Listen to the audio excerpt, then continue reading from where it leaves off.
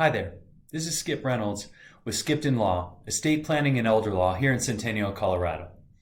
And today I'd like to talk to you a little bit about living wills. See, a living will is a very important legal document, and it's actually something that many people will come up to me when I give workshops and they'll say to me, "Hey Skip, I really need a living will." And we all do need a living will.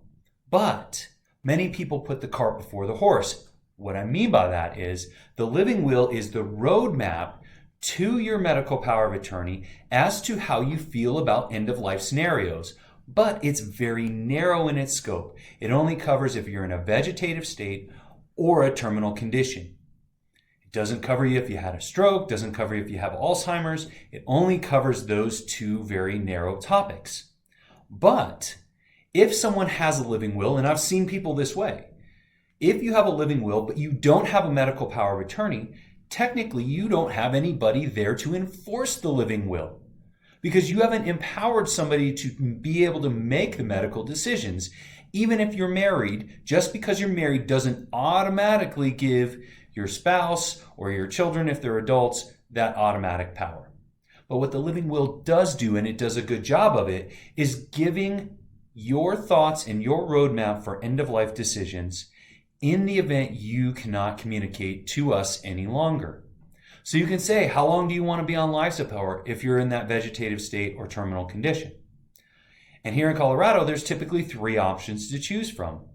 One option is, I've had a great life. Once I meet the definition of vegetative or terminal, that's the end. Go ahead and unplug me or don't plug me in at all and let me pass. A second option, and what I call the second crack at the apple, is plug me in, but only plug me in for a short amount of time because you don't want to be vegetative or terminal for a long period of time. But what I think this option really does, because we think about this document, this living will, as being all about us. This is what I want if I'm this way. Well, I've never been vegetative. I've never been in a terminal condition, and I hopefully never will be. But if I am I going to know that I'm this way? My general thought is probably not.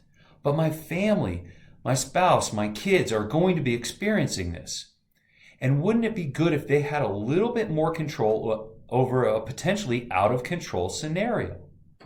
And what I mean by that is, if the doctor comes to your family and says, okay, we got to plug Skip in right now, what are we going to do? They may have a hard time making that decision right then and there. They may need more information. They may need a second to take a deep breath and decide what is the best course of action here. Maybe your family doesn't live close. Maybe they need to come in from out of town. Or maybe miracles can happen. That's what this second crack at the apple does. It says, hey, plug me in, but only plug me in for a short amount of time. Usually we see something like 3 days, 5 days, 7 days, 10 days, whatever it might be. With the idea of don't keep me this way forever, but I want to give you a chance to take that deep breath and make sure you're making the right decision for me, but also that you're fully okay with the decision that you have to make. And then the third option, and this is not something that I've seen very often in our office, is keep me going indefinitely until the doctors say otherwise. So most people are in the first two scenarios, but it's something to consider. See, because when I ask the question, when I do workshops or I have general meetings with folks, and I say, hey, do you want to be on life support if you're vegetative or terminal? Their initial knee-jerk reaction is no.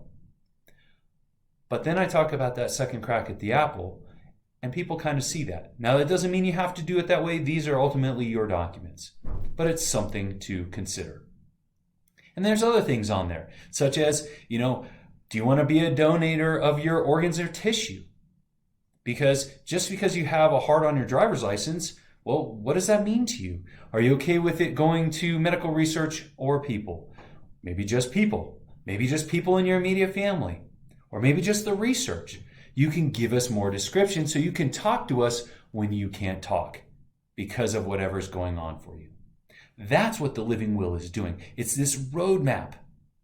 And it is a very important roadmap. And some people want it to be the rule. Unfortunately or fortunately, depending on your perspective, we value life.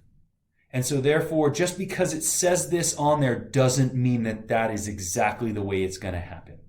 What I mean by that is, for example, If yours says 7 days with the second crack at the apple, and your family determines that after 3 days there's no reason to continue going on because it's only making you suffer more, they can let you go. Or they can wait longer than 7 days. It's ultimately up to the power of attorney and up to the family. But at least they have your thoughts, they have your perspective in writing, because one of the things we see is families fight over what they thought you said. So the more you put in writing, the more they'll be able to follow your roadmap. If you'd like to hear more things like about the living wills or powers of attorney or wills or trusts or how to protect your estate from things like long-term care, I do bi-monthly workshops. You can go and sign up for these workshops at www.skiptonlaw.com. That's spelled SKIPTON law.com. Or you can call our office and sign up that way at 720-440-2774.